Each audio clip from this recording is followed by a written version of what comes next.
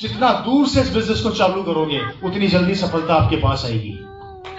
Hello, इस business में अगर आपको बड़ी सफलता पानी है तो इस बिजनेस को अपने शहर से जितना दूर जाके बिजनेस को चालू करोगे सफलता उतनी जल्दी आएगी, और जितना पास से इस बिजनेस को चालू करोगे सफलता उतनी लेट मिलेगी। कारण घर का जो आदमी होता है उसको इज्जत नहीं होती, और दिया तले हमेशा अंधेरा होता है। अगर आज सीतामढ़ी में चिल्ला के सबको बोलूं आरसीएम कर लो, समझ में नहीं आएगा, लेकिन यहाँ से 300-400 किलोमीटर दूर जाके आप यूपी के अंदर बिहार में यूपी झारखंड में बिजनेस करोगे तो आपके बिजनेस में सफलता बहुत जल्दी आप लोगों को मिलेगी। और यही कारण था मेरे पिताजी के सफल होने का कि उन्होंने इस बिजनेस को जयपुर से नहीं किया, उन्होंने इस बिजनेस को दूर जाकर किया, इसलिए आज वो नंबर 1 पोजीशन पर है। अगर आपको इस बिजनेस में बड़ा करना है तो अपने मोड को बदलो।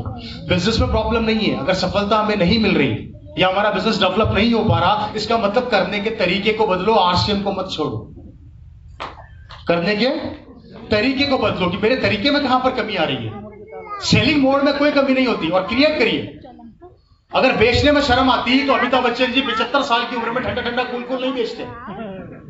हेलो, रतन टाटा का मालिक जो जैगुआर कार बेचता है वही रतन टाटा का मालिक 18 रुपए का नमक बेचता है। जब उसको 18 रुपए का नमक बेचने में शर्म नहीं आती तो हमें किस चीज की शर्म। रिलायंस का मालिक रिलायंस की दुकान के ऊपर टमाटर नमक बेच रहा है, धनिया बेच रहा है, आलू बेच रहा है। जब रिलायंस के मालिक को आलू बेचने में शर्म नहीं आती तो हमें कहे कि शर्म भैया है सर। इस शर्म को अपनी लाइफ से निकाल दो, डर को अपनी जिंदगी से आउट कर दो और कुछ चीजों को फॉलो करो। मैं आपको कंपनी खोलने के लिए नहीं बोल रहा, मैं आपको इन्वेस्टमेंट करने के लिए नहीं बोल रहा, मैं आपको कोई बड़ा काम करने के लिए नहीं बोल रहा, मैं सिर्फ आपके मोड को चेंज कर रहा हूं। एक कमिटमेंट अपने दिमाग में आज यहां से करके जाइए कि मेरे को इस बिजनेस को पहले ज्वाइन करना है, और ज्वाइन करने के बाद मेरे को अपनी दुकान बदलनी है, और जो सामान आरसीएम में मिलता है खरीदना है और अपने लोगों को देना है। समझ रहे मेरी बात? पहला कमिटमेंट कर सकते हैं। दूसरा कमिटमेंट, लगातार मीटिंग और सेमिनार को मिस मत करो।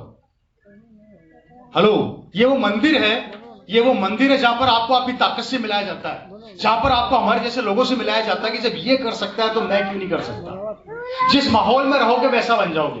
अगर आज मैं सिगरेट पीने वाले के साथ रहूंगा तो सिगरेट पीऊंगा, आज गुटखा खाने वाले के साथ रहूंगा तो गुटखा खाऊंगा। सिंपल सा लॉजिक है। इसी तरीके से इस बिजनेस में अगर आपको सफल होना है तो हमारे बीच में रहोगे तो सफल हो जाओगे। ये छोटी छोटी चीजें आपको सफलता की ओर लेकर जाएगी। मेरी बात समझ रहे हैं? दूसरा काम, लगातार मीटिंग और सेमिनार को मिस। तीसरा काम, लगातार अपनी एक्टिव अपलाइन के टच में रहो। आपके अपलाइन जो भी बोले उसको फॉलो करो। उसने अगर कह दिया कि हर सर आज तेरे को जाके 500 बीबी का सामान खरीदना है, तो ना इफ होना चाहिए और ना बट होना चाहिए, खरीद लो। कारण क्योंकि वो आपकी सफलता के दरवाजा खोलने की कोशिश कर रही है, वो आपके घर में खुशियां लाने के लिए कोशिश कर रही है। मुझे नहीं पता आपके घर में जब मोटरसाइकिल या कार आती है तो आपके पड़ोसी, आपके रिश्तेदार कितने खुश होते होंगे, मुझे नहीं पता। लेकिन इस आरसीएम बिजनेस के अंदर जब आपके घर में रॉयल्टी आती है, मोटरसाइकिल आती है और कार आती है, तो सबसे पहले मिठाई बांटती है आपकी अपलाइन, और वो भी दिल से, बना के नहीं, दिल से। इस कलयुग के दौर के अंदर भाई भाई की पसंद नहीं कर रहा। अगर भाई के घर में खुशी आ रही, दूसरा भाई लड़ता है, और गलती उसकी नहीं है। हमारे बाप दादा ने हमें यह सिखाया है। जानना चाहते हैं कैसे? मेरे दादाजी के जूते का बिजनेस, मेरे दादाजी के जूते का बिजनेस एग्जाम्पल। मेरे दादाजी के 2 बेटे हो गए। अब उन दोनों बेटों को मेरे दादाजी ने क्या सिखाया? क्या सीख बेचो। उस टाइम तो मेरे दादाजी को बड़ा मजा आ रहा था कि मैं मेरे बेटे को जूता बेचना सिखा रहा हूं, लेकिन उनको ये नहीं पता था कि ये जूते इनके सर पे पड़ने वाले हैं।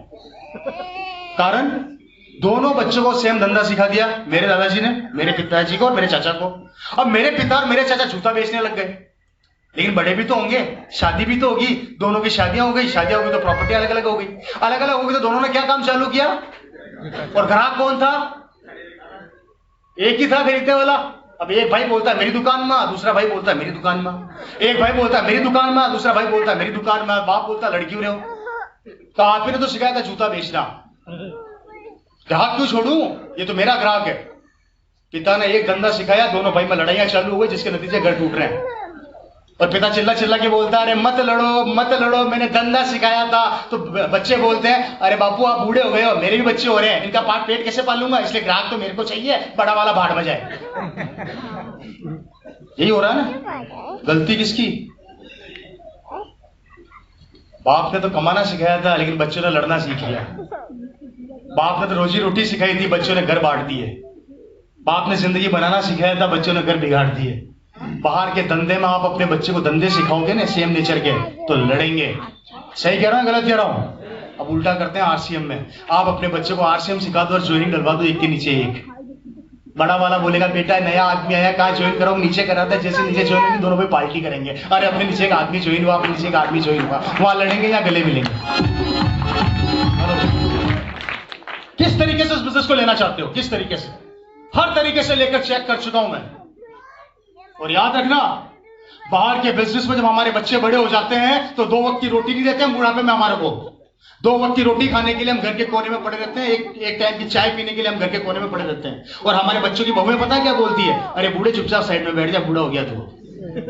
लाखों करोड़ों रुपया खर्च करने के बाद भी बुढ़ापे के अंदर 2 वक्त की रोटी नहीं मिल रही हम लोगों को। ये जिंदगी हो गई हमारे देश की। आरसीएम के अंदर एक बार रॉयल्टी ले लेना, टेक्निकल ले लेना, बूढ़े भी हो जाओगे ना तो कभी बेटा ही नहीं बोलेगा साइड में बैठ जा, कारण आपके नाम पर चेक आ रहा है, जब तक जिंदा रहोगे आता रहेगा। हेलो, तो बेटा पता है क्या बोलेगा? अरे मेरे पापा बड़े खूबसूरत पापा, ऐसे पापा भगवान सबको दे, कारण क्योंकि हर महीने अकाउंट में पैसा है। अगर गलती से भी चाय नहीं दी तो पैसा बंद, खर्चा बंद। मरोगे जब तक पैसा आपके अकाउंट में आता रहेगा, और मरने के बाद वो आपके बच्चे को ट्रांसफर हो जाएगा।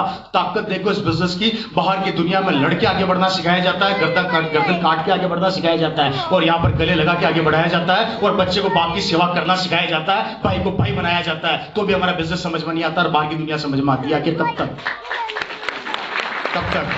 इसलिए फ्रेंड्स, अपने मोड को बदल लीजिए, अपनी सोच को बदल लीजिए। हम आपके साथ खड़े हैं, हम आपके कमिटमेंट को पूरा करने के लिए दिन रात एक करने को तैयार हैं, लेकिन आप साथ तो दो, आप अपना हाथ तो दो, आप अपने हाथ से हमारे हाथ को तो मिलाओ, आप अपनी जिंदगी में परिवर्तन तो लाओ, एक कमिटमेंट तो अपने आप से करो। अरे हट, आज के बाद कोई भी रोकेगा, मैं रुकने वाला नहीं हूं, अपने सपनों को पाकर रहूंगा, ये वादा तो करो।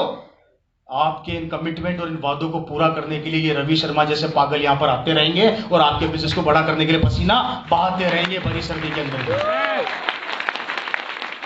मुझे नहीं पता, आप लोग खाना खाकर बैठे हो, आप लोग नहा धो के बैठे हो यहाँ पे। ये रवि शर्मा कल सुबह 5 बजे का घर से निकला हुआ है और अभी तक नहीं रुका, और यहाँ से जाने के बाद मेरे को धनबाद जाना है, अभी तक नहीं रुका। मैं सुबह से खाया नहीं और अभी तक नहाया नहीं।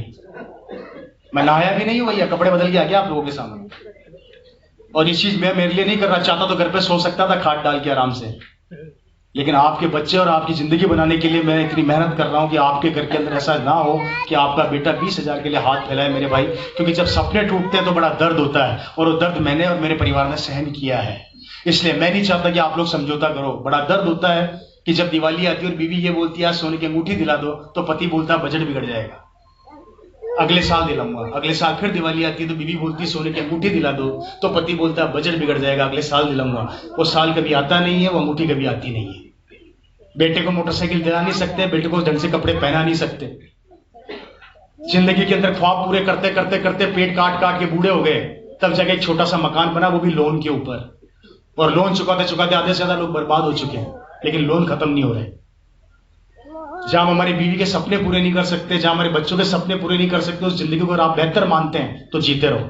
मैं नहीं कहता आरसीएम करो, लेकिन अगर आपको लगता है कि आपके सपने, आपके ख्वाब इस बिजनेस में आके पूरे हो सकते हैं, अगर रवि शर्मा के हुए हैं, यहाँ पर बैठे सुनील जी के हुए हैं, सभी लीडर्स के हुए हैं, तो ये मंच आपका इंतजार कर रहा है, हम लोग आपका इंतजार कर रहे हैं। एक बार आओ तो सही साथ।